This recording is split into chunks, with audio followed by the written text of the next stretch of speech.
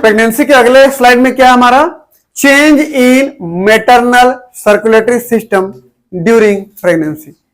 Pregnancy के समय, उस 9 महीने के समय पर प्रेग्नेंट लेडीज के सर्कुलेटरी सिस्टम में, ब्लड की वॉल्यूम में क्या फर्क पड़ता है। ठीक है, तो देखिए 0 डे ब्लीडिंग डे था, यहां से लेकर के ये 40 वीक था, दिख रहा है ना, यहां पर पार्चुरेशन हुआ, बच्चा यहीं पैदा हुआ। तो 4, 5, 6 ये शुरू में जो ब्लड रहता है नॉर्मली वो 4.5, 5 के आसपास लीटर, इतना लीटर ब्लड हमारे बॉडी में है। तो 4.5, 5 लीटर के आसपास ये जो ब्लड था ये धीरे धीरे धीरे समय के अनुसार कुछ समय तक, लगभग 20 वीक तक वही था। जब 20 वीक से आगे आता जाएगा बच्चे की साइज बढ़ती जाएगी। अब मदर को ज्यादा न्यूट्रिशन सप्लाई करने की जरूरत है, ज्यादा ऑक्सीजन सप्लाई करने की जरूरत है। पहले जो ब्लास्टोसिस इतना छोटा सा यूट्रस में कहीं लटका हुआ था, अब वो इतना बड़ा बेबी बन गया है। अब ज्यादा न्यूट्रिशन चाहिए ना उसको, ज्यादा ऑक्सीजन चाहिए, तो ट्रांसपोर्ट करने वाले ट्रांसपोर्टर भी तो ज्यादा चाहिए। और ट्रांसपोर्टर कौन थे? ब्लड, आरबीसी, समझ रहे हो ना। तो ब्लड की मात्रा बढ़ाना पड़ेगा। तो इसलिए 20वें वीक से धीरे धीरे उसकी मात्रा बढ़ने लगती है। ब्लड की मात्रा पहुंच जाती है कहां तक? लगभग पैदा होने के समय लगभग कितना लीटर रहती है? 6 लीटर। तो उस प्रेग्नेंट लेडीज का ब्लड जो सामान्य तौर पर 4.5, 5 लीटर था, वो लगभग बच्चे पैदा होने के समय पर लगभग 6 लीटर के करीब हो जाता है, क्योंकि उतना न्यूट्रिशन पहुंचाना होता है। खुद सोचिए, पेट के अंदर, मतलब गर्भाशय के अंदर एक 2.5, 3.5 किलो का एक बच्चा है, समझ रहे हो ना। यदि हमारे आंख में एकदम जो हमको दिखता भी नहीं है धूल, वो जब चला जाता है तो हमारा आंख लाल हो जाता है, हम ऐसे रगड़ रगड़ के लाल कर देते हैं। 2.5 किलो का एक बच्चा पेट में, इतना तो कितना वजन होगा उसका, देखिए, समझ रहे हो ना। और दूसरा चीज, उसको न्यूट्रिशन चाहिए। तो उस सब के लिए मदर के बॉडी को प्रिपेयर होना पड़ेगा, इसलिए उसके ब्लड की मात्रा क्या हो जाती है? बढ़ जाती है।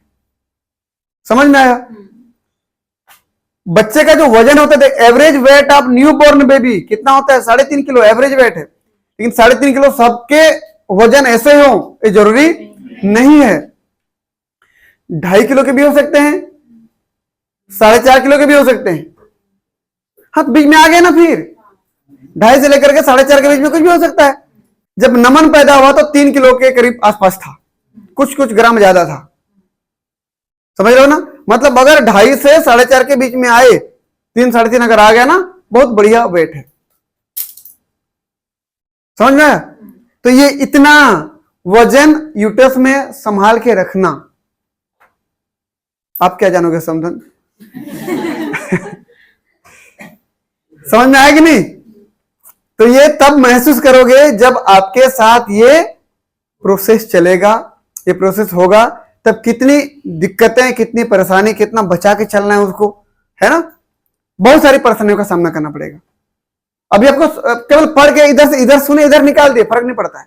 लेकिन जब उस दौर से गुजरते हो ना, तब उस दौर का महत्व समझ में आता है।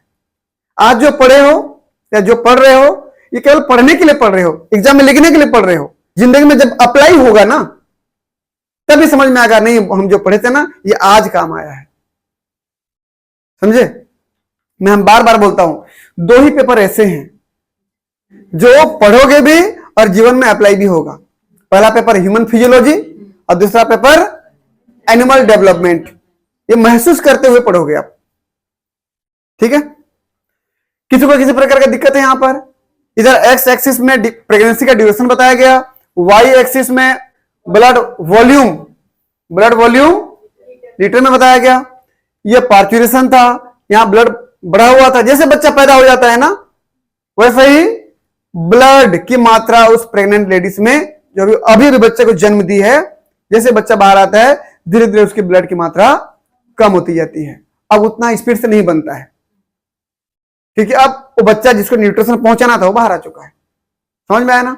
धीरे धीरे फिर नॉर्मल पे आ जाता है। कितना? फिर वही 4.5, 5 लीटर के आसपास फिर आ जाता है, ठीक है।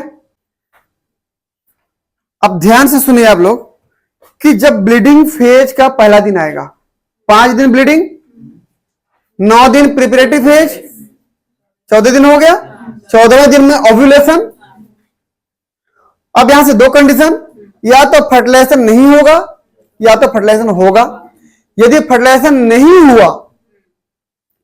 हुआ तो आने वाले 7 दिन में ये ओवम जाके यूट्रस में इंप्लांट हो जाएगा और 7 दिन रुकेगा, 28 दिन हो गया। उसके बाद क्योंकि फर्टिलाइजेशन नहीं हुआ था ना, अब ब्रीडिंग के रूप में अगला साइकिल रीस्टार्ट हो जाएगा। ये होता है मेंस्ट्रुअल साइकिल।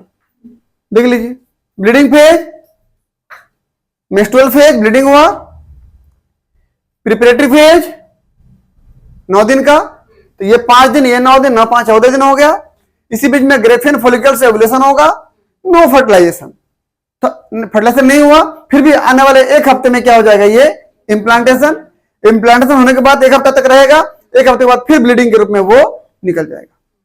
यहां जो ब्लीडिंग दिख रहा था ना आपको, ये ब्लीडिंग क्यों हुआ था, इसके पहले के सेकेंडरी साइड को निकालने के लिए था। इसके पहले का सेकेंडरी साइड यहां होगा ना ऐसे, तब तो उसको निकालेंगे, जैसे अभी इसको निकाल रहे हैं ऐसे। समझ में आया ना? ठीक, फिर अगला वाला साइकिल रीस्टार्ट हो गया। तो ये हो गया मेंस्ट्रुअल साइकिल। अगला मैं ये बोल रहा हूं कि ये कंडीशन देखिए, सब चीज सेम, 5 दिन का ब्लीडिंग, 9 दिन का प्रिपरेटरी फेज, 9 5 14 दिन हो गया। 14वें नंबर दिन में क्या होगा, ओव्यूलेशन होगा। यदि फर्टिलाइजेशन हो गया, यदि क्या हो गया, फर्टिलाइजेशन हो गया, यहां पर जागर बन गया, अगले हफ्ते क्या हो जाएगा, 21वें दिन में इम्प्लांटेशन लगभग। और क्या ये केवल 1 हफ्ता टिकेगा? नहीं, अब यहां से ओव्यूलेशन से लेकर के यहां से समझ लीजिए उधर 38 वीक तक इम्प्लांट रहेगा। उसको आप गेस्टेशन पीरियड या प्रेगनेंसी पीरियड कहते हो। अगर आप यहां से काउंट करें तो 38 वीक हो गया। अगर इस 2 हफ्ते को काउंट करोगे तो 40 वीक ±7 डेज। समझ में आया ना? तो दोनों ग्राफ में क्या अंतर है, कहां से अंतर है? ये फर्टिलाइजेशन नहीं हुआ तो आने वाले 7 दिन में, आने वाले 14 दिन में, यदि फर्टिलाइजेशन नहीं हुआ तो आने वाले 14 दिन में क्या होगा, फिर मेंस्ट्रुअल साइकिल स्टार्ट हो जाएगा। अगर फर्टिलाइजेशन हो गया तो अब आने वाले 38 वीक तक इम्प्लांटेशन रहेगा, बच्चा डेवलप होगा। समझ में आया ना? ये कहानी था इसका।